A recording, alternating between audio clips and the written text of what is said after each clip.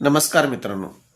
तुमच्या घरामध्ये एकत्र कुटुंबामध्ये किंवा पतीपत्नीमध्ये किंवा तुमच्या आणि मुलांच्यामध्ये किंवा तुमच्या आणि आईवडिलांच्यामध्ये घरामध्ये कितीही प्रकारचं वाद निर्माण झालेला असेल तर रागाच्या भरात शेजाऱ्यांना किंवा इतर कुणालाही काहीही बोलू नका.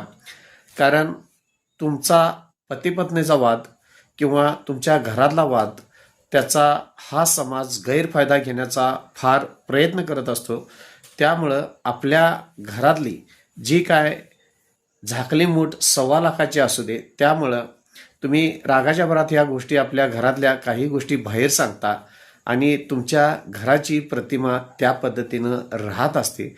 त्यामुळं मित्रांनो, महत्त्वाची गोष्ट आहे, घरामध्ये कितीही जरी वाद निर्माण झाले, मग ते फॅमिलीमध्ये कोणताही वाद असू दे, घराच्या बाहेर कळता कामा नये एवढी जर दक्षता घेतली तर समाज आपल्याकडं एक चांगल्या दृष्टिकोन पाहू शकतो. माझ्या चॅनलला सबस्क्राईब केलं नसेल तर सबस्क्राईब करा, लाईक करा, शेअर करा. धन्यवाद.